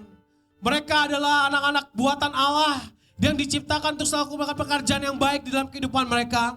Apapun permasalahan mereka, apapun pergumulan mereka hari ini, Tuhan jamah hati mereka, berikan kekuatan dalam hati dan hidup mereka. Kalau hari ini mereka pahit dan sakit hati, kecewa pada keluarga, orang tua mereka, hari ini Bapa Roh Kudus mari pulihkan hati mereka. Lepaskan pengampunan untuk setiap mereka, agar mereka bisa mengampuni orang tua. Setiap belenggu yang mengikat, sakit hati, kecewa, apapun hari ini, aku ikat kuasanya, aku cabut di dalam nama Yesus. Maka biar pengampunan turun. Dari depan, tengah hingga belakang mereka adalah anak-anak yang Kau sayangi Tuhan. Mereka Kau kasihi mereka. Tidak ada yang terhilang di tempat ini. Tapi mereka Tuhan jaga. Tapi mereka Tuhan pelihara. Tapi mereka Tuhan berikan kemampuan dan kesanggupan. Berkati sekolah mereka. Berkati pekerjaan mereka. Berikan mereka pekerjaan yang lebih baik lagi kalau hari ini mereka mendambakan pekerjaan. Bantu keluarga mereka Tuhan, berikan pertolongan untuk keluarga mereka yang membutuhkan hari ini. Kami percaya Tuhan mereka ada untuk menjadi berkat bagi keluarga mereka. Karena kami percaya mereka adalah gen-gen pemenang. Mereka adalah umat-umat pilihan Allah. Jika Tuhan di pihak mereka, tidak ada yang menjadi lawan mereka. Maka dunia tidak akan berkuasa atas mereka. Di tempat ini tidak ada yang terhilang. Di tempat ini tidak ada yang lenyap. Tapi mereka semua adalah ahli waris kerajaan surga. Mereka semua diciptakan menjadi anak-anak Tuhan. Terima kasih buat malam hari ini. Aku sudah selesai berbicara. Kami sudah menyatakan untuk berdarah Tuhan Yesus. Tapi karya Tuhan tidak pernah berhenti di dalam kehidupan kami. Di dalam nama Tuhan Yesus, semua yang disayang sama Tuhan, sama-sama kita katakan amin. Haleluya. Terima kasih teman-teman, silakan duduk. Kita mau kasih jempol dulu yuk buat Ko Daniel yuk. Siapa yang diberkati hari ini boleh lambaikan tangannya. Haleluya. Kita mau ngasih jempol dulu ke Ko Daniel ya. Kita mau bilang terima kasih Ko Daniel, Tuhan Yesus memberkati. Bisa? Kurang semangat? Bisa? Oke, yuk. 1, 2, 3. Terima kasih Ko Daniel, Tuhan Yesus memberkati. Oke, teman-teman kita mau persembahan dulu aja ya. Ya, nanti sambil pengumuman. Oke, yuk kita mau doa dulu sebelum nanti pengumuman. Mari kita sebelum doa. Tuhan Yesus, terima kasih Tuhan untuk firman Kau yang luar biasa. Sebentar Tuhan, kami akan memberi dari apa yang telah kami terima Tuhan daripada Engkau. Biarlah apa yang kami beri Tuhan saat ini itu menjadi dupa yang harum untuk Engkau Tuhan. Itu bisa memperluas kerajaan-Mu di bumi Tuhan. Pakai setiap kami Bapa agar kami bisa memberi dengan hati yang tulus, hati yang ikhlas, dengan hati yang penuh dengan sukacita. Terima kasih Tuhan Yesus yang siap untuk memberi, sama-sama katakan amin. Silakan pengumuman.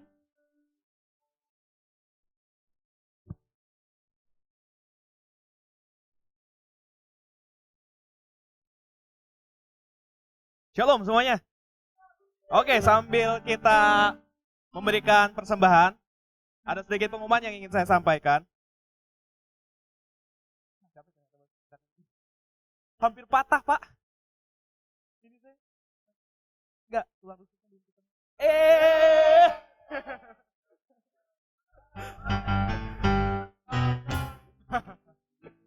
Oke, langsung aja ke pengumuman teman-teman.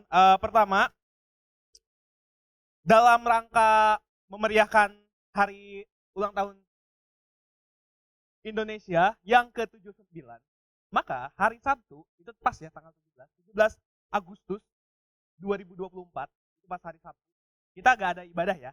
Jadi diingat tuh, jadi kita gak ada ibadah. Nanti jangan tiba-tiba datang ke sini, terus gak ada siapa-siapa kosong di sini, kaget kan, terus meninggal gara-gara kaget. Jangan ya. Jangan. Jangan. Iya, makanya saya kasih tahu bahwa nanti tanggal 17 dicatat baik-baik di di HP-nya, di notes-nya, bahwa 17 Agustus kita akan ada acara di lantai 3 bertemakan Merdeka untuk Bersatu. Mengundang semuanya. Ya, semua kita untuk datang ya. Oke? Dan itu jam 8 sampai jam 3. Makanya jam 5 pasti udah kosong. Kecuali saya ya, karena saya pergi gereja. Selanjutnya, sepertinya pengumumannya cuma satu ini doang ya. Satu ini doang kan? Oke, selanjutnya kita mengundang teman-teman yang baru pertama kali hadir di tempat ini. Ada. Yang baru pertama kali hadir boleh berdiri. Boleh berdiri dong, biar kelihatan. Baru pertama kali hadir. Ada gak? Yeay. Ada lagi gak? Hana kayaknya baru pertama kali hadir deh. Yeay.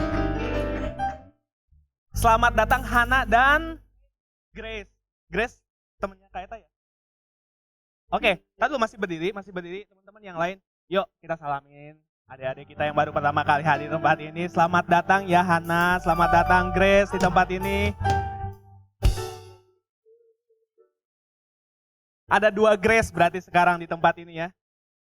Oh 3, 3G ya, 3G. Satu lagi ada 4G nanti ya. Lebih kenceng berarti 4G. Ada Titu, Tasya ya. Tasya ada 2, Grace ada 2. Oke. Mantap. Sekali lagi terima kasih. Sekali lagi selamat datang ya Hana, Grace di tempat ini. Kami sangat menyambut hangat kalian, sangat menyambut banget. Dan kita senang banget lah kehadiran kalian di tempat ini. Dan kita berharap kita bisa lebih kenal lagi ya. Nanti setelah ini jangan pulang dulu, kita ngobrol-ngobrol dulu, oke? Lalu, gak lalu deh. Udah selesai pengumumannya. Masih ada lagi pengumuman, Pak, Ibu pengurus? Udah gak ada ya? Udah gak ada. Oke. Satu lagi mungkin tambahan dari saya. Tadi dari khotbahnya Ko Daniel, di ending, PPT endingnya Ko Daniel ada yang notice ya. Kalau kalian kenapa-napa dengan keluarga, jangan keluar dulu cerita.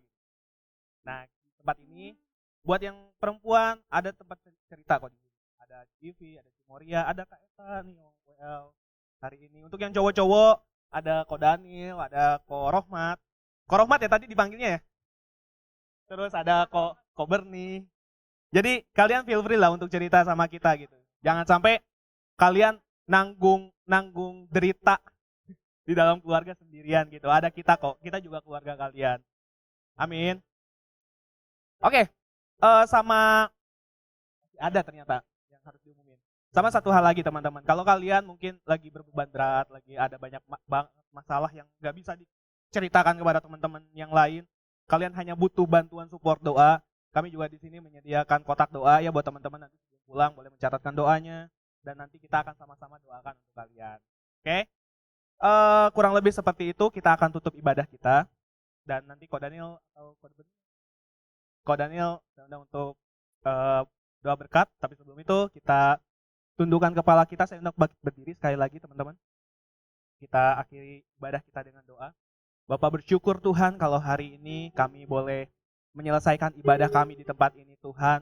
Biarlah ya Bapak, apa yang kami lakukan di tempat ini ya Tuhan bisa penyembahan kami ya Bapak berbau harum di hadapan-Mu ya Tuhan. Firman-Mu yang telah kami dengar juga ya Bapak menegur hati kami ya Bapak, supaya kami ya Bapak bisa menjadi anak-anak yang bisa Tuhan andalkan, menjadi anak-anak-Mu ya Bapak yang mampu ya Tuhan mengasihi keluarga kami, mentaati papa mama ya Bapak seperti yang sudah Tuhan sampaikan di tempat ini ya Bapak, mampu untuk taat ya Tuhan terhadap kedua orang kami ya Bapak, kedua orang tua kami ya Bapak. Terima kasih banyak ya Tuhan, terima kasih Yesus.